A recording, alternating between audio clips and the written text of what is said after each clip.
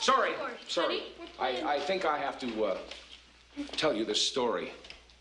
Story that might save your lives. Honey, maybe we shouldn't tell this story right now. Mom, it's fine. No. It's fine. I'm thinking about nightmares. No. They have to hear this. Rock and roll no more.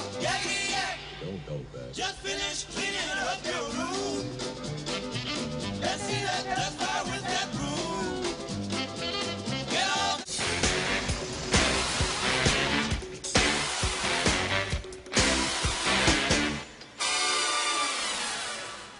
What a gas. I came up here for a reason. In fact, I'll be quite honest, I come up to solicit $25,000 from you. I knew it. Chet, I'm gonna level with you. I'm a phony. I'm a fraud. I'm a fake. We're broke. We're bankrupt. We're busted. That was quite a surprise. I mean, yeah, you got me. Maybe it's all for the best. While the ambitious scramble for wealth and power, the Chet Ripleys of the world are just able to lay back and casually stroll along life's path. I mean that as a compliment. Oh, thanks.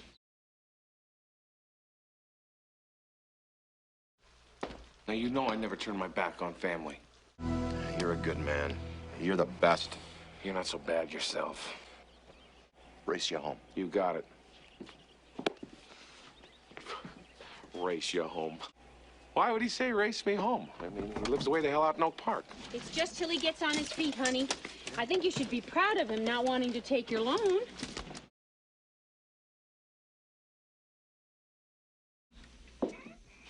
Good evening.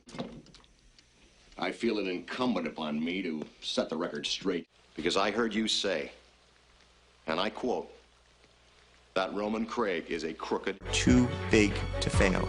I really don't remember saying that, but if you said I did, then I must have. Life insurance, 81 million policies with a face value of 1.9 trillion.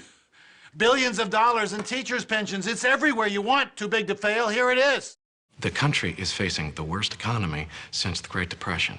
If the financial system collapses, it will take every one of you down. I know that a terrifying story like that coming from the mouth of a recognized authority figure could be traumatizing for kids like yourself. I just feel like a little kid. I feel like a real idiot. What exactly is this thing again? What's your cash position? That's an awful lot of money.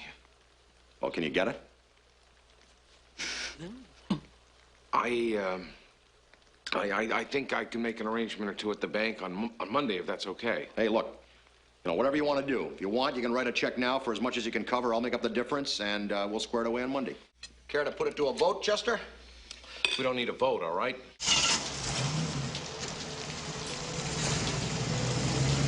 Goodbye. Well, I think it's a real testament to the strength of the family that we can disagree so vehemently and get on each other's nerves so badly over the past week and still part on good terms. Absolutely. You know, I thought it was a wonderful moment of trust on his part that he wrote you that check. That's a lot of money for him. You know, you have a knack with money, and I think it's great that you're sharing it with him, and I think it's great that he accepted your offer, that he trusts you with his financial well-being. I hope this investment really works out for them. I don't see much that could stop this from happening again. We still have institutions which are too big to fail. And the next time one of them fails, we will find that out. They pulled us back from the abyss, and I believe that. But there are two central questions. Did you pull back in a way that was all about preserving those specific institutions, or did you pull back in a way that was ultimately about preserving the larger economy, about thinking about families, about thinking about the cost? Let me say this slightly differently. Okay, as a Chapter 11 lawyer, right. no, there's a key part to this on bailing out the banks. Here's what's always driven me crazy about this from the beginning. I understand financing that comes in once a business is in distress. We call it post-petition financing in the bankruptcy world. The price for that is that equity gets wiped out, top management loses their jobs, and the old debt takes a haircut of some proportion. To come in and rescue under those circumstances, I get it. That happens. That's what bankruptcy's about. That says the participants in the old one don't get it. What we did when we rescued these banks is that we left the shareholders intact, we left their top management intact, we paid their debt in full. Wiping out shareholders who were the people who invested and who had profited from all of the mistakes that these companies had made for years and years and years before that, that's not hard. That's not rocket science.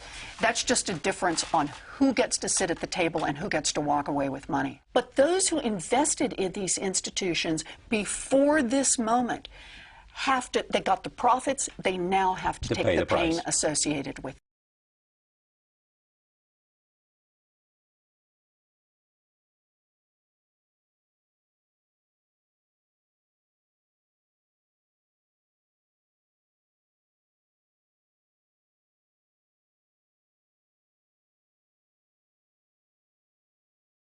If you want to know. Yeah, I'm curious. I see the underdeveloped resources of northern Minnesota, Wisconsin, and Michigan. I see a syndicated development consortium exploiting over $1.5 billion in forest products. I see a paper mill, and if the strategic metals are there, a mining operation. A greenbelt between the condos on the lake and a waste management facility, focusing on the newest rage in toxic waste, medical refuse. Infected bandages, body parts, IV tubing, contaminated glassware, entrails, syringes, fluid, blood, low-grade radioactive waste, all safely contained, sunken in the lake, and sealed for centuries.